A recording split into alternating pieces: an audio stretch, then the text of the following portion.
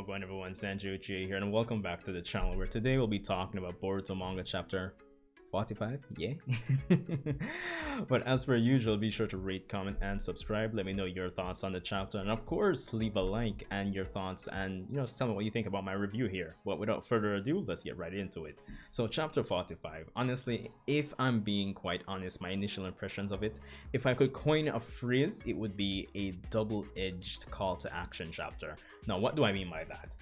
It's one of those chapters where the main cast is presented with a lot of information that gives them a general or great idea of what the current conflict that they need to actually, or the current problem that they need to solve or overcome is.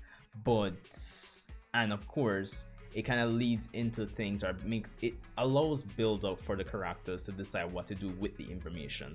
But at the same time, it consists of a lot of information that us, the audience, already know, or for the most part, it's not too much of a stretch beyond our current knowledge of the series, basically.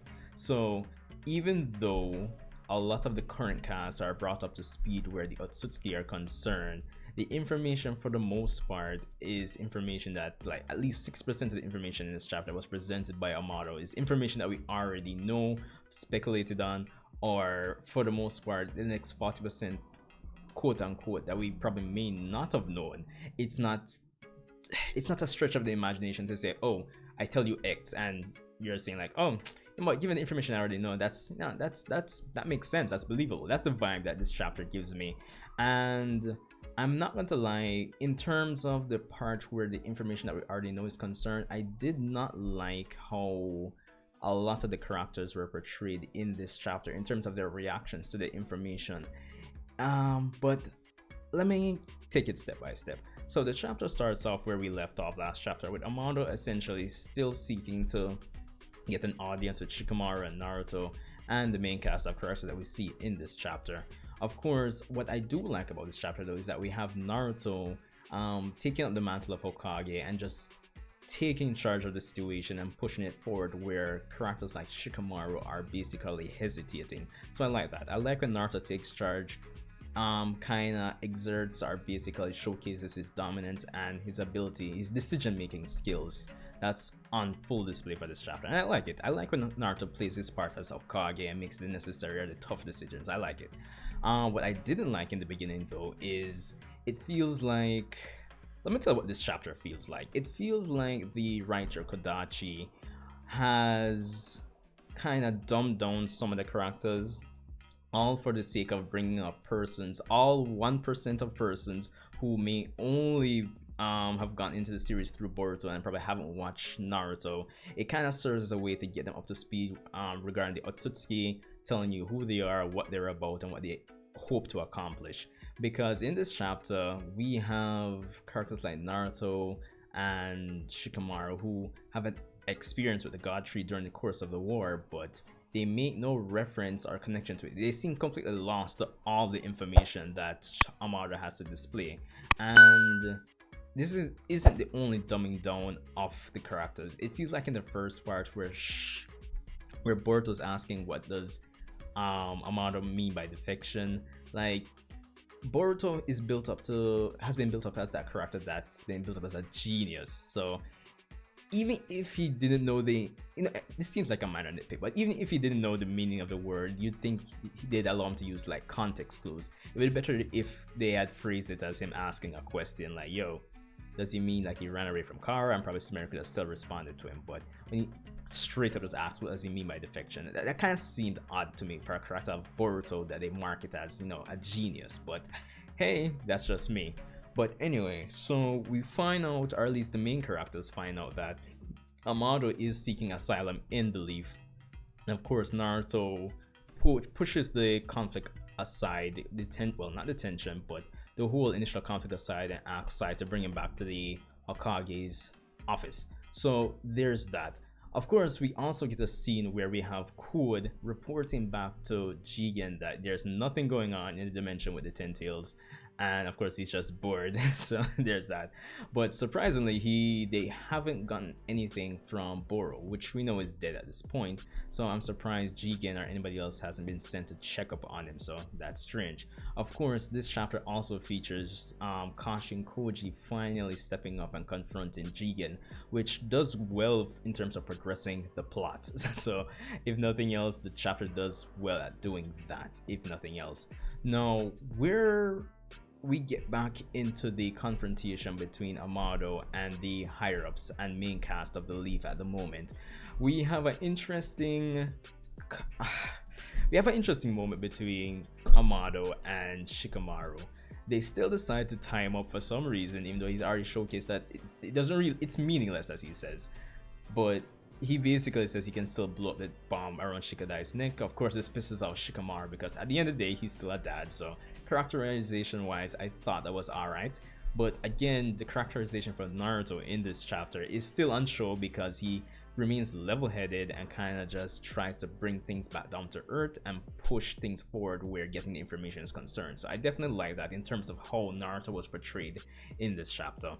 Now, of course, we get more into the dialogue between Kashin Koji and Jigen, and like a lot of persons would have speculated already, or even if you didn't speculate, like probably at the back of your head you expected it, that Jigen already knew that Kashin Koji was a spy, more than likely, or at least he was up to something that's not in alignment with their goals, and that was basically 100% on display for this chapter, which is good because again, it progresses the plot. It doesn't really slow down the pacing for no reason. Back to the information, because this chapter kind of jumps between Kashin Koji, between the Carabias and Konoha. Now, in terms of the information that we got, as I said, regarding the Otsutsuki, of course, we already knew they were aliens, which was reiterated in this chapter. Of course, this is the first time we've heard them being phrased as are called parasites, but for all intents and purposes, that's not too surprising either. Of course, they do go around with the goal of devouring the life energy of the planet by absorbing its chakra through planting divine trees, and all for the purpose of getting chakra fruits. Of course, the only pieces of new information that we get here is that they always use the tentacles when they attack a planet. Apparently the tentacles itself is the seed. Basically they plant it, then it grows into the god tree, which we also saw within the 4th Great Ninja War, with the previous tentacles becoming the god tree, so that's not too surprising. And of course, apparently the chakra fruit also consists of genetic information which the Otsutsuki use to evolve themselves, basically. So perpetual evolution basically is the goal of the Otsutsuki through draining planets. So as I said, about 60 to 70% of the information that we got from Amado was pretty much information we already knew, or it's not too far beyond the scope of what we already knew or could have possibly speculated on anyway. So that's basically it. So I still have to speak for the audience. It's kind of hard to wait a month to actually get information that we already know.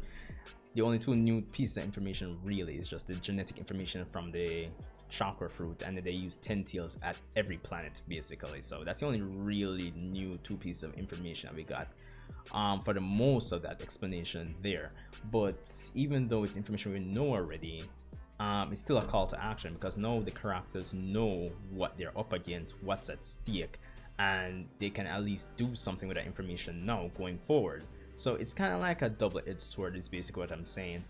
The only other problem I had is that there's no, considering this is information that a lot of us know already as the audience, even from Naruto, I found it very strange that Naruto, Shikamaru, they don't make any connection, any reference to the tree back in the war, to Kaguya, to anything. The only person I felt that was portrayed or written like kind of like in character from a knowledge or experience standpoint was Sasuke, when he mentions that it's the chakra fruit he's Amado's basically referring to in this conversation as the ultimate goal.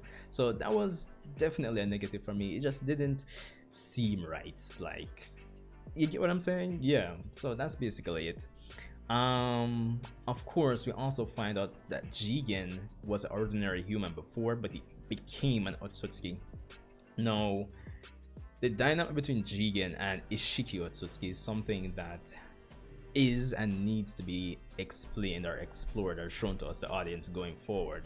Because the way it's phrased in this chapter, it does seem like it gives the impression that Jigen has his own consciousness and his own goals set aside apart from Ishiki Otsutsuki. They didn't phrase it like, yo, he became an Otsutsuki, but Amado still calls him Jigen. He doesn't call him Amado. I'm sorry, he doesn't call him Ishiki.